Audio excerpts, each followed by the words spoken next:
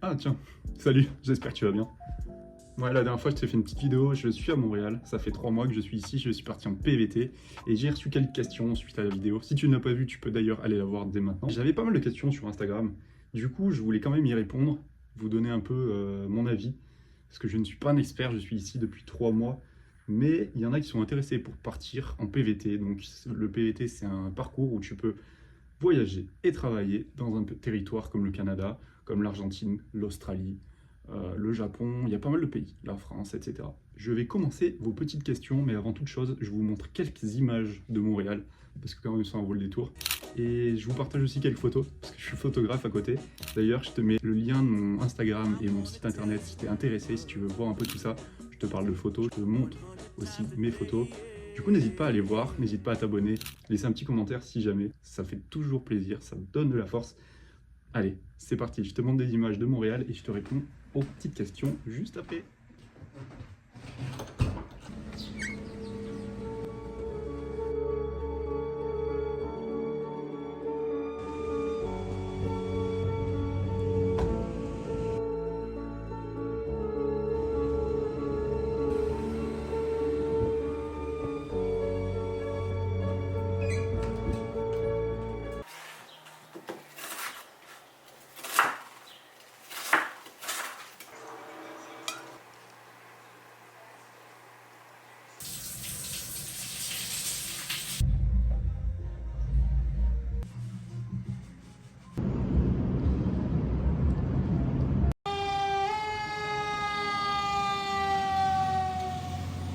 Alors, la première question, c'est quel âge as-tu et quel âge faut-il avoir pour partir en PVT comme je l'ai fait?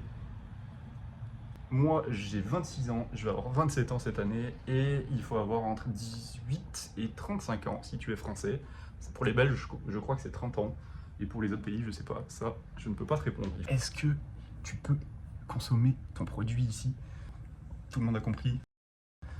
Ici, c'est vendu en libre service, c'est-à-dire il faut quand même avoir 21 ans, il faut montrer sa carte d'identité et c'est encadré par l'État, donc c'est des boutiques qui sont en ville avec des officiers et tout. Ils te contrôlent à l'entrée, mais c'est très bien géré, c'est vraiment l'État qui s'en occupe. C'est très clean et tout, le produit est de qualité, après c'est quand même pas donné. Et voilà, mais en tout cas tu peux, si jamais tu aimes beaucoup ça. Moi je suis pas forcément venu pour ça, mais voilà, je me suis renseigné et il n'y a pas de problème. J'ai une question aussi par rapport au budget, quel budget il faut prévoir pour venir, comme je l'ai fait à Montréal. Moi je précise bien que à Montréal, si tu veux aller en dehors de Montréal, dans les campagnes, etc., ce sera pas le même budget. C'est quand même moins cher ici, les loyers, tout ce qui est la bouffe et tout, et les loisirs et tout, c'est quand même plus cher.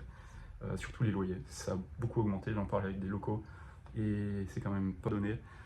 Moi, je te conseille de partir avec au moins 4000, 4500 euros minimum. Le mieux, c'est d'avoir au moins 6000. Ça dépend si tu veux t'acheter une voiture, ça dépend ce que tu veux faire. Donc vraiment, moi, je te donne ça à titre d'exemple par rapport à moi. Mais si tu veux t'acheter une voiture ou quoi, il faut déjà compter au moins 5000 euros de plus. Donc voilà. Mais avec 4000 euros, déjà, tu peux commencer à pouvoir te projeter sur 1, 2, 3 mois. Voilà, après, ça dépend si tu veux travailler, ça dépend si tu veux voyager, ça dépend ce que tu veux faire ici. Donc voilà, chaque cas aura sa réponse. Quelqu'un qui me demande combien de temps tu prévois rester ici. Alors moi, je vais rentrer, cette semaine d'ailleurs, parce que j'ai fait 3 mois ici et ça m'a beaucoup plu. Mais comme j'ai pu l'expliquer un peu, en fait moi j'aime beaucoup la campagne et je suis resté 3 mois, donc j'ai beaucoup visité Montréal, j'ai pas mal vu, découvert ici, mais par contre je serais bien parti un peu dans les terres. Et c'est vrai que le budget que j'ai donné à Montréal, on va dire, me permet pas forcément de rester, où il faudrait que je trouve quelque chose, un emploi sur le plus long terme. Et moi, c'est pas forcément ce que je cherche. Et mes 3 mois ici font que, bon, au final, je suis content, j'ai trouvé ce que je voulais et j'ai pu visiter, voir autre chose, découvrir autre chose. C'est surtout ça qui me fait que je rentre. Et par rapport au budget, parce que j'ai d'autres projets et sinon il faudrait que je m'installe ici pour plus longtemps, mais c'est pas forcément ce que je recherche. Après il y en a qui peuvent rester. Si tu fais tes 2 ans ici et que tu veux continuer à rester ici, tu peux faire des demandes de résidence permanente. Il y a pas mal de trucs. Tout ça, moi, je pourrais pas forcément te l'indiquer, mais tu as tout sur les sites. Il y a pas mal de trucs si tu trouves du taf ici, si tu es étudiant et après tu peux rester. Il faut faire des demandes, mais c'est possible. Donc voilà, le qualité de vie est quand même bien, les gens sont super sympas, donc ça attire pas mal de monde, mais attention, ils sont en train de limiter un peu le nombre de travailleurs temporaires. Je sais pas si tu as vu, si jamais ça t'intéresse, mais renseigne-toi un peu avant. Voilà. Puis ça dépend des villes, ça dépend où tu veux aller. Si tu veux aller à Montréal, c'est un peu plus bouché, surtout dans certains domaines comme la communication, le marketing, c'est quand même bouché, il faut parler anglais. Moi, je sais qu'on m'a refusé parce que je n'étais pas québécois, je n'étais pas canadien, et ils voulaient vraiment des gens qui restent ici en fait, qui ont la nationalité. Parce que sinon ils disent en fait il va rester 1 an ou 2 et après il va partir. Et c'est pas ce qu'ils recherchent, donc voilà. Après si tu veux travailler dans des petits commerces, des trucs, ça peut être possible. Essayer de parler anglais, c'est quand même mieux. Puis voilà, tu peux trouver des petites offres par-ci par-là, il n'y a pas de problème. Enfin, ça se fait. Après, ça peut être des trucs sur le court terme. Et c'est vrai que bah, c'est pas forcément facile si tu as un loyer à payer. Voilà.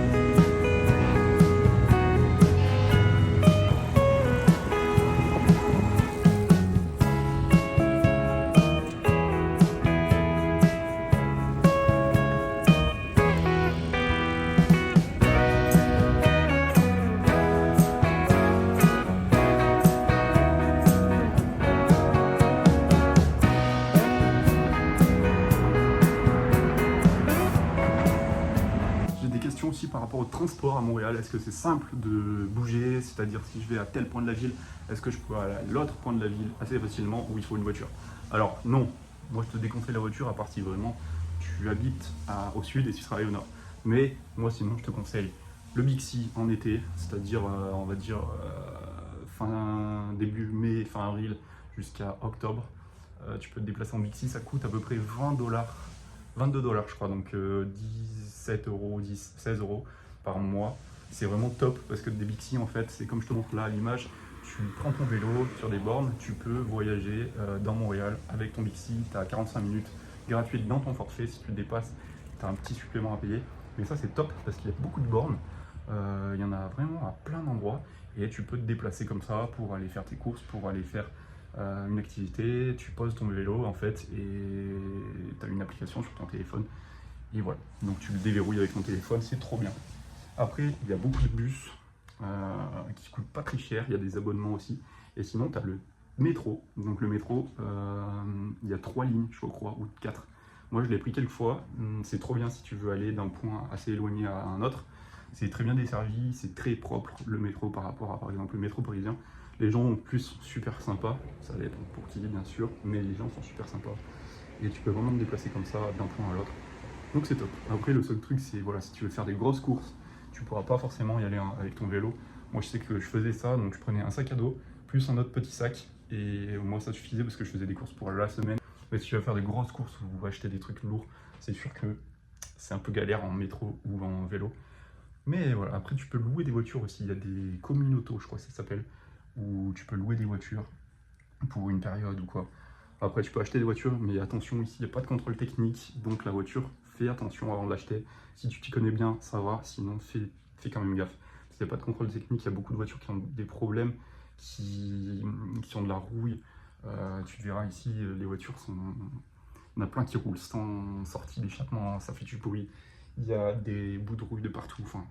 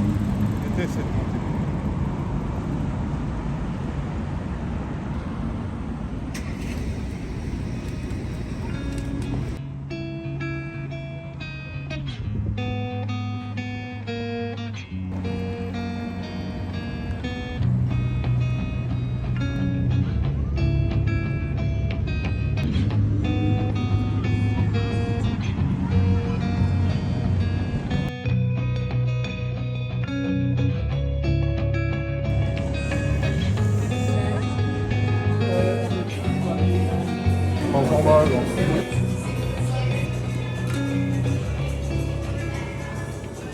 Voilà pour ce qu'il en est de cette vidéo et de vos réponses à vos petites questions sur Insta. En tout cas, si vous avez d'autres questions, n'hésitez pas à me les poser sur Instagram, j'essaierai de vous y répondre et sinon je referai peut-être une vidéo s'il y a beaucoup de questions. Mon aventure à Montréal se termine ici. En tout cas, j'ai bien kiffé, ça fait vraiment grandir et ça fait penser à plein de choses. Quand tu es en voyage comme ça, tu penses à tellement de trucs. Si tu veux soutenir le projet, si tu veux soutenir la chaîne, n'hésite pas à liker, commenter et t'abonner. En tout cas, merci à vous. Merci pour vos retours pour la première vidéo sur Instagram. J'ai eu pas mal de petits messages, ça fait plaisir. Et je suis content de relancer cette chaîne YouTube en vous parlant un peu de tout ça, de mes aventures et de ma vie. On se dit à bientôt. Ciao. Vous êtes... Moi, je suis tunisien. D'accord. Et vous êtes là depuis longtemps? Ça fait 23 ans quand même. Ah oui. Ouais. Donc vous êtes d'ici aussi? De Tunisie et Je d'ici? sais pas, là, on n'est plus... De On partout? sait plus maintenant. Là. On rentre en Tunisie, là, ils vont nous traiter là, comme les Canadiens et tout ça. Ah ouais? Et on vient ici, on est l'éternel étranger. Là.